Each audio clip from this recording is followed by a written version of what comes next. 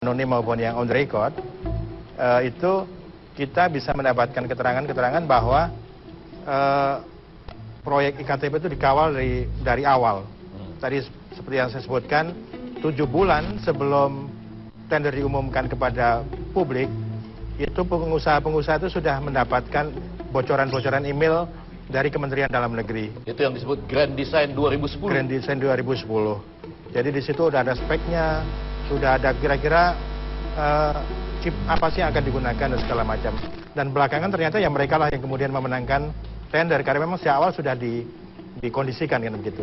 Nah begitu masuk ke DPR, ini peran politikus lah yang kemudian memastikan anggarannya bisa ditentukan dari yang tadinya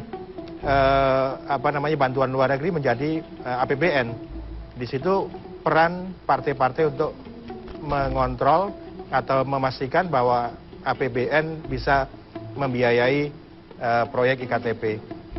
Ada risalah-risalah rapat di situ tahun 2010 bulan Maret, bulan Mei yang kita bisa mendapatkan secara real siapa-siapa yang menentukan.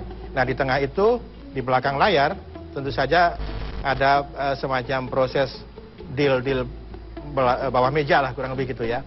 Di situ memang ada kita pernah mendapatkan seorang saksi yang dia secara langsung diminta komitmen sekitar 5% dari proyek.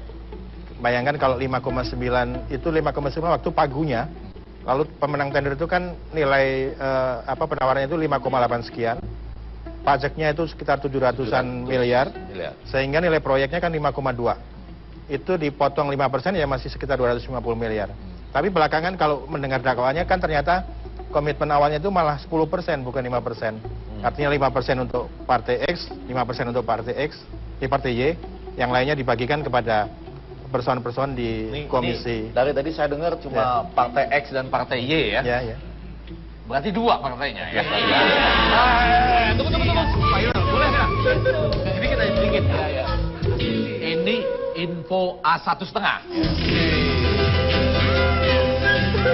Saya mengutip dakwaan ini. Iya, bukan. Ya. Saya malah mau nanya, karena Mas Budi Setiarso ini, Pak Iwel, dia adalah salah satu dulu pemenang Adiwarta. Jadi kualitas investigatifnya itu sudah tidak meragukan. Nah pertanyaan saya ini dari info A1,5, salah satu nama yang disebut-sebut dalam Grand Design 2010 itu, ya kan? Kita kenal lah ini nama, terkenalnya biasanya disebut papa-papa begitu deh. Nah itu datang, jangan nambah-nambah. Itu datang ke kantornya Mas Budi ini, lalu bilang-bilang, sumpah loh, saya nggak ikutan. Saya sumpah loh nggak ikutan. Saya nggak dapat apa-apa. Betul nggak gitu ya? Tentu saja tidak begini-begini. Tapi betul. Tapi betul bahwa Dia datang. sehari sebelum dakwaan dibacakan, Pak Setia Novanto datang ke kantor. Mas nyebutin nama tuh. Kan wawancaranya tadi yang papa itu namanya ada. Kan wawancaranya sudah dibuat di majalah Tempo. Dibuat. Aman kita aman. A1,5-nya Chief masih tertutup. Itu udah belak-belakan. Jadi sehari sebelum dakwaan dibacakan, Pak Setia Novanto datang, tentu saja untuk memberikan klarifikasi. Kata dia, Tempo ini kan sudah berhari-hari menulis saya.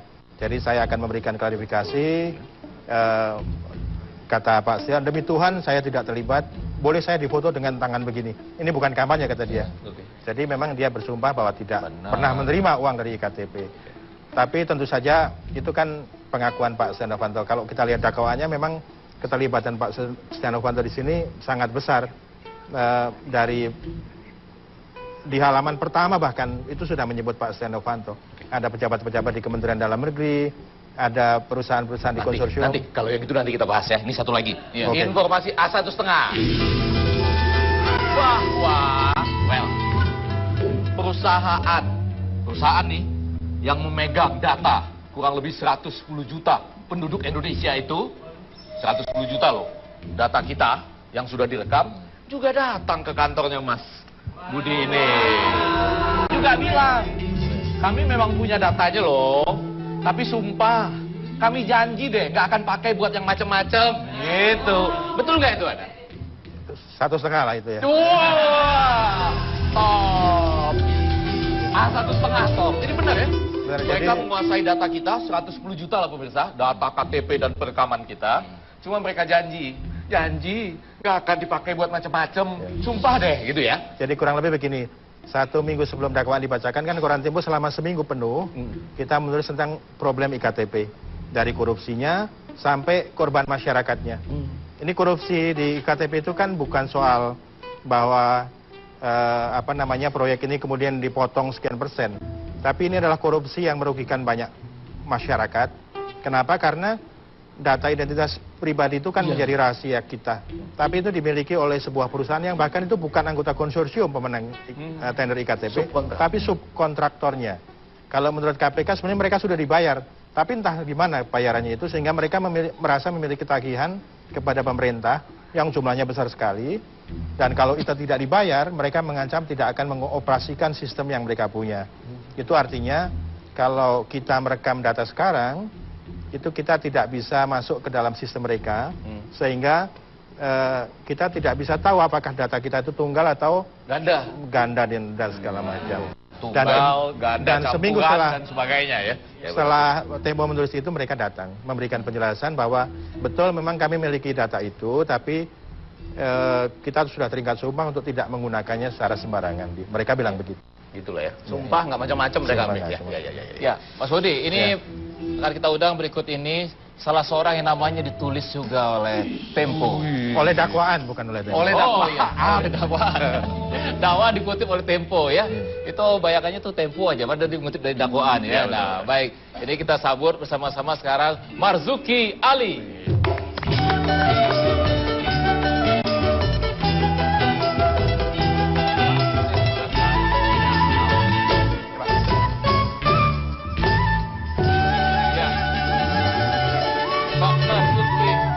Terima kasih sudah hadir di A1,5. Pak Marzuki Ali, nama Bapak juga disebut dalam dakwaan jaksa, kemudian dikutip oleh Tempo, dimuat. Bapak menerima uang 20 miliar katanya. Itu uang banyak banget Pak, saya bayangin ya. Nah, itu saya minta tanggapan Bapak, tapi ditahan dulu ya Pak, kita break dulu. Pemirsa, tetaplah di A1,5 karena yang pasti belum tentu pasti. A1,5.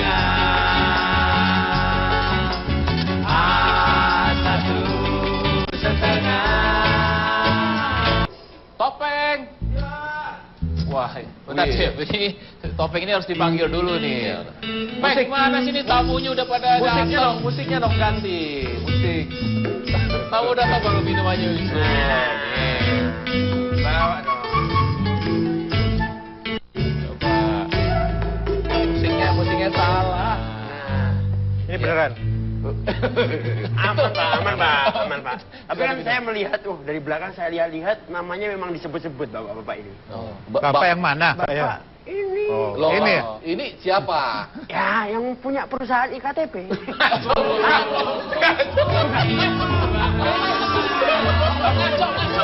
Ini Pak Marzuki Ali, pernah jadi ketua DPR, Ketua DPR 2009 sampai 2014 ya. Tadi kan disebut-sebut itu. Bukan. Tapi saya tanya ke Pak Budi benar nggak? Boleh. Pak Budi, kan sudah pernah menyebut 30-an nama tuh. Nah, pas setelah disebut tuh ada yang konfirmasi nggak Pak? Misalnya disebut, wih Topeng nih, 30M, dapat, terus datang ke Bapak, Pak, saya nggak korupsi 30M kok, saya cuma 20M, ada yang gitu nggak Pak? Nggak ada lah. Nggak ada lah, yang semua yang kita konfirmasi membantah semua. Bahkan ada yang bersumpah-sumpah, ada yang mengatakan kalau saya terima uang, saya berdoa agar saya ditelan bumi saat itu juga. Ya, jadi bahkan ada yang menjanjikan jika bisa membuktikan saya terima uang, saya kasih 1 miliar. Ada yang begitu, Pak. Ternyata pas kembali ke Dewa Bumi, beliau Dewa Bumi beneran. Ya, belum ada yang seperti itu, ngaco ini. Belum ada ya? Dan sekarang Cip ke Pak Marzuki Ali, Cip ya. Pak Marzuki Ali, ini kita punya sebuah rekaman gambar. Ini yang penting. Pak Marzuki Ali membuat laporan ke polisi. Nah, kita lihat dulu nih. Apa nih laporan? Wah, ini menarik nih. Kalimat terakhir dari Pak Marzuki Ali. kenal enggak, mukanya kayak apapun nggak tahu. Nah, gimana Pak tanggapannya dari bisa diceritakan nggak tadi? Yang pertama saya mohon maaf Pak, tadi ada topeng ya. Itu kurang lebih masyarakat tuh suka begitu tuh Pak. Kalau sudah masuk berita kan, betul nggak? Iya. Langsung sakit kan Pak rasanya ya Pak ya? Iya, jadi terus terang iktp ini saya sering tweet kan, juga di WA Group saya sampaikan. Membongkar kasus iktp ini ujian besar bagi KPK. Itu saya sampaikan selalu. Sebelum kasus ini terbawa ke pengadilan. Saya ingin supaya ketua KPK itu betul-betul serius untuk membongkar kasus ini. Dan terus terang, ini terbuka mungkin karena KPPU juga sih. KPPU itu pernah menghadap saya tahun 2011 bahwa terjadi pelanggaran dalam tender yang sangat luar biasa. Mereka datang ke rumah, itu ketua KPPU Pak Tajudin, Pak Dedi, sama Pak Yoyo bertiga. Saya sampaikan, ini tugas Bapak-bapak, lanjutkan saja. Dan saya bilang ke Pak Tajudin selaku ketua KPPU, karena tahu dia orang Golkar kan. Saya sampaikan, Pak Tajudin, buka baju Bapak. Bapak sekarang sebagai ketua KPPU, harusnya Bapak laksanakan tanggung jawab ini dengan baik, dan ini diproses saja. Nah, dari situ dibentuk majelis kan, majelis KPPU untuk mengadili. Keputusan majelis itu membatalkan proses tender ini.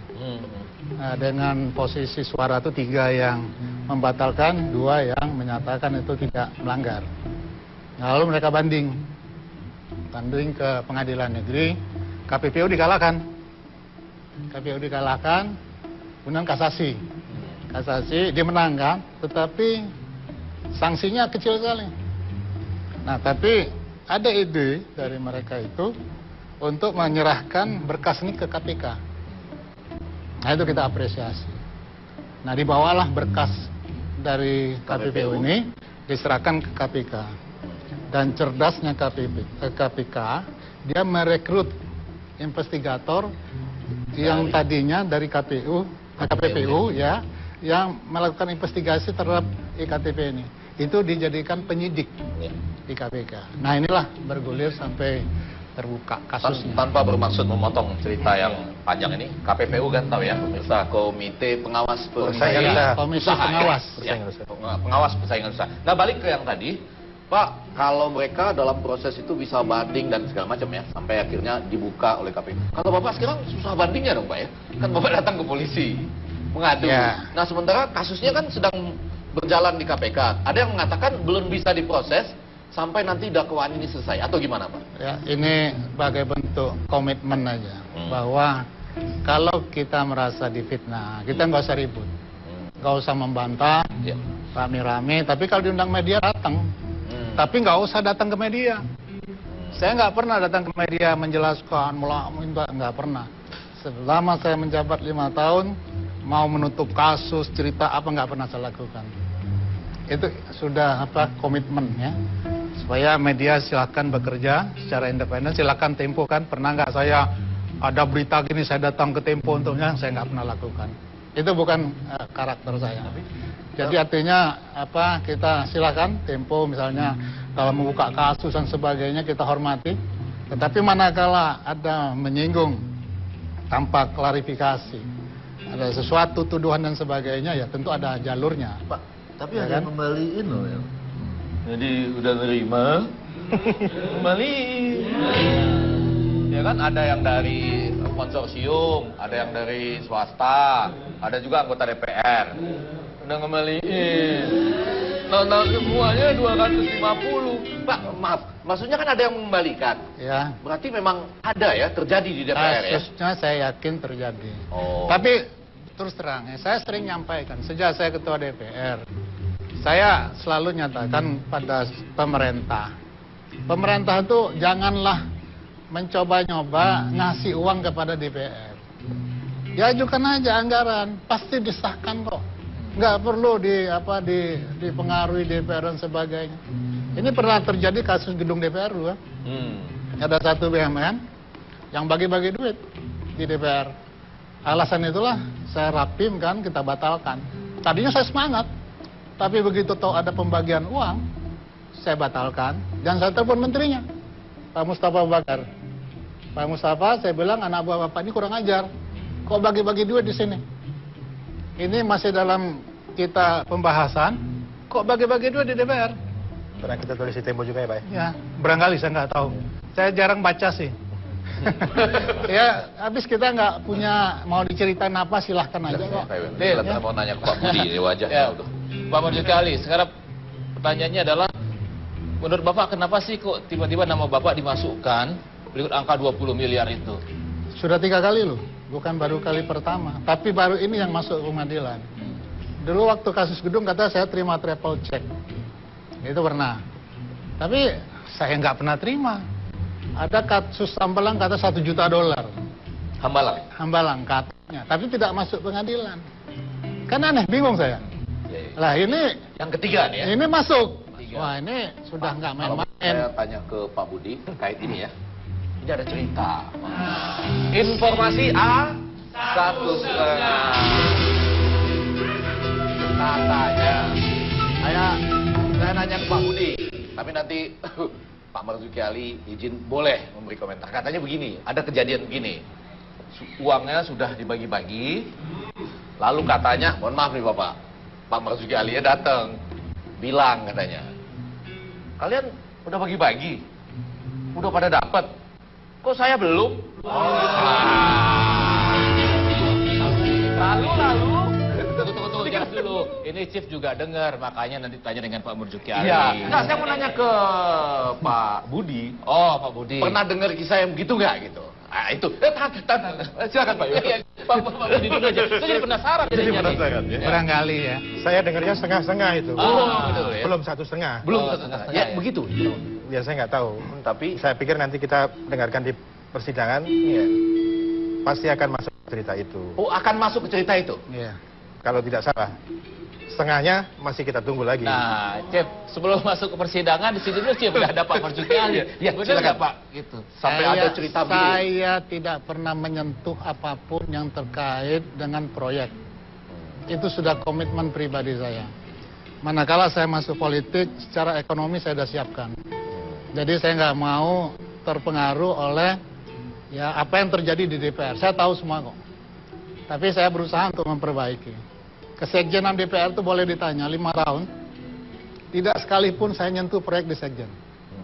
Silakan tanya Bu Sekjennya, dia terima kasih dengan saya. Dia bebas bekerja, tidak pernah ada pesan-pesan atau minta sesuatu. Silakan.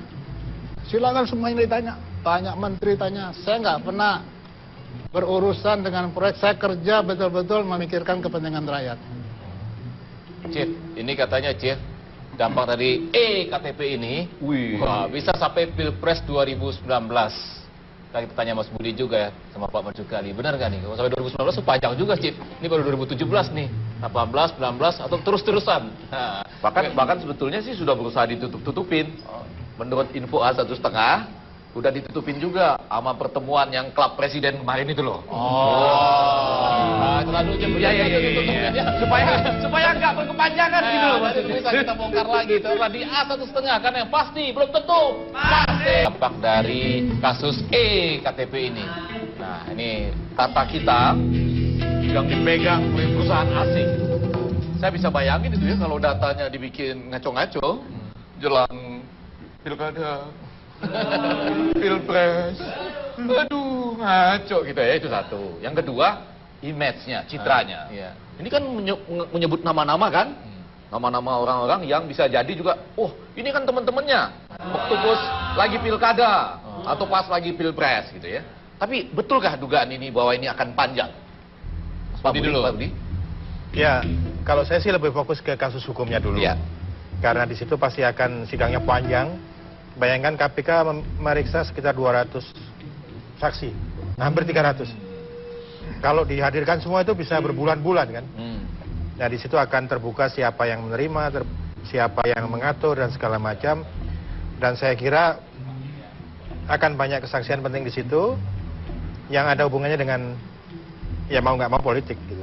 Bahkan sekarang kan sidang kedua pun di Partai Golkar sudah mulai ada wacana untuk ada munaslup dan segala macam, dan rasanya itu bukan tanpa alasan gitu, karena memang ini kan merupakan figur pemimpin partai, kebetulan sekarang juga menjadi bagian dari pendukung pemerintah. Ya saya kira impact politiknya mungkin di situ, bahwa kemudian ini mempengaruhi sampai 2019 atau tidak, ya tergantung bagaimana mereka memanage itu kan. Golkar memanagenya seperti apa, pemerintah memanagenya seperti apa. Kalau pemerintah bisa membereskan persoalan KTP ini dengan cepat, maksud saya bukan korupsi KTP-nya ya, tapi problem IKTP-nya ini loh. Ini kan sekarang udah berbulan-bulan masyarakat tidak bisa merekam bisa, tapi tidak bisa mendapatkan IKTP-nya. Mereka hanya dibekali 1 lembar surat, sehingga kalau mereka harus keluar negeri ya, itu gimana hilang gitu kan, padahal kartu identitas kan sangat penting. Nah, kalau itu bisa diselesaikan oleh pemerintah, saya pikir ya dampaknya bisa diperkecil lah. Apakah itu dampak politiknya kemudian membesar, ya itu tadi tergantung pada... Cara soal dampak politik, Chief, tadi kan di awal Mas Budi ini udah menyebut partai kuning, partai biru. Nah, Pak Marzuki ini kan dari partai biru ya, dimaksud partai biru itu. Nah, gimana Pak? Sekarang? Hah? Enggak lagi sekarang. Oh, udah enggak lagi sekarang, Chief. Oh, udah enggak. Tapi ini karena segmen-segmen ujung, kita harus tanya kira-kira... Tapi zaman dulu pun birunya itu vaksinnya beda dengan... Oh, beda. Ya Pak Marzuki ya? Dibelain loh sama temennya. Enggak, gini. Ini kan di ujung-ujungnya Quo-Vadis, mau kemana EKTP? Nah pertanyaannya, walaupun tadi Pak Marzuki Ali ini pernah selamat dari, ada satu kan dulu ya, ada dakwaan. Yang kedua juga sangkaan, ini yang ketiga ujiannya. Tapi, ketua DPR yang lain itu lebih canggih lagi. Gimana? Ada rekaman, selamat. Ada apa juga selamat. Kalau ditarik lagi ke belakang, banyak Selamat lagi. Nah maksudnya, mungkin, hati-hati loh. Mungkin juga selamat karena benar. Nah, dengan demikian, ditambah dengan info 1,5, telat. Itu disebutkan bahwa ini bakal lolos lagi. Jadi Bapak agak kalah nih, baru 3. Yang ini bisa banyak bakal lolos lagi. Jadi nggak berujung nih Pak, kalau ini lolos-lolos terus. Ya Tuhan itu kadang-kadang capek juga lihat manusia tuh. Ada saatnya capek loh.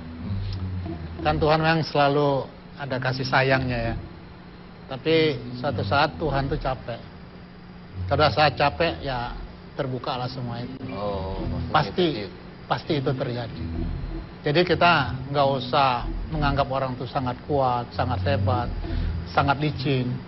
Tapi ada saatnya Tuhan tuh capek. Capek untuk melindungi orang ini, bukannya capek dalam konteks Tuhan kan maha kuat, maha apa. Tapi melindungi orang-orang seperti ini kan kadang-kadang ya sudahlah. Pada ada saatnya. Kita tahu nggak ada orang yang paling kebal di dunia ini kok. Zamannya Pak Harto yang paling berkuasa jatuh, Marcos berkuasa jatuh, siapapun juga bisa jatuh kok. Ya, karena itu menurut saya penting bagi kita adalah mendukung KPK. Ya. Jadi kita tidak mentargetkan harus mengenai seseorang tentu saja. Jangan pernah. Tidak harus menargetkan ketua DPR, ketua fraksi atau apapun. Tidak boleh. Yang penting adalah KPK kuat sehingga dia bisa membongkar semuanya. Yang bersalah harus dimintai pertanggungjawaban. Yang tidak bersalah, kalau tadi Pak Marzuki bilang saya tidak terima ya harus dibersihkan juga. Tapi yang penting menurut saya kita harus bersama-sama mendukung KPK. Karena kita lihat sekarang kan setelah ada sidang IKTP ini, desakan untuk mengubah undang-undang KPK itu semakin besar. Satu. Yang kedua itu juga loh, nggak boleh disiarkan secara langsung. Karena bangsa Indonesia ini hanya boleh menonton sidang bagaimana cara mengaduk-aduk kopi. Kalau KTP nggak boleh. Lobby juga Ya. Itu topeng apa itu? Ponggong di situ ngapain? Ini saya tuh disalahin. Disalahin karena saya dituduh warga katanya saya menggandakan KTP. Wah. Menggandakan KTP. Iya. Padahal Kita ini banyak Wah ini fotokopi, nggak apa-apa. Oh, begitu bukan KTP ganda gitu loh. Oh, nggak boleh ya? Oh. Kalau ini berarti nggak apa-apa? Nggak apa-apa kalau fotokopi. Lagian berapa sih fotokopi gini? Nah, gini. Ini kan tadi pembahasannya soal iktp. Iya. Saya tuh kalau membahas KTP itu terenyuh. Karena sebagai anak kos, KTP ini adalah nyawa saya di akhir bulan kalau nggak bisa makan di warteg. Iya, KTP ini pengganti duit buat anak kos. Jadi, kalaupun saya menggandakan KTP, bukan saya pengen curang, bukan. Bukan karena pengen ngakalin pemilu, bukan. Biar kalau ada utang di warteg satu belum lunas, KTP-nya digunakan di warteg yang lain. Dan, kalau dengar kan tadi, ini korupsi ini katanya bisa sampai 2,3 T. Wah, 2,3 triliun. 2,3 T ini, waduh, ini kalau dibeliin dawet, bisa buat renang. Jakarta banjir sama dawet, tapi itu nggak seberapa penting. Menurut saya ini, karena ini, kalau sampai ini kan korupsinya banyak. Berjamaah gitu katanya. Nah, jangan sampai korupsi yang besar ini, seperti kata orang, kesalahan yang dibuat bareng-bareng, itu jadinya kebenaran. Saya nggak pengen kayak gini. Contohnya udah nyata, kayak ibu-ibu yang sen kiri belok kanan. Nah, ya kan? Kemarin saya gitu, ibu-ibu sen kiri, saya lewat kanan, saya yang diserempet. Yang minta maaf saya. Betul. Itu, jadi jangan sampai ini jadi Lama-lama dia curhat mulu ya. Tapi bagus ya kita jadi tahu apa fungsi KTP bagi Topeng dan kawan-kawan pada masa ini ya. Ketika Gini ratio-nya masih begini. Iya. Jadi kalau tadi bicara soal Partai Biru, wah nggak bisa lagi ditanyain sama Pak Marzuki Ali ya. Sudah bukan. Sudah bukan gitu. Jangan lihat partainya, jangan menargetkan orang-orang tertentu, tapi kasus ini harus tuntas. Terutama karena itu tadi 110 juta data kita itu ada di perusahaan asing. Jadi nilai korupsinya kalau tadi disebut 2,3 triliun masih harus ditambah 90 juta dolar dong yang belum dibayar ya. Segitu loh Iwel. Belum lagi kerugian yang imaterial itu. Kerugian imaterial tadi loh. Mau bikin EKTP nggak bisa jadi. Blankonya kosong.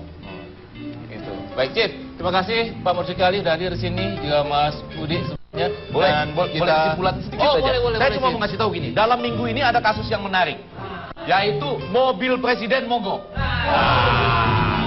Itu mobil dibikin tahun 2007.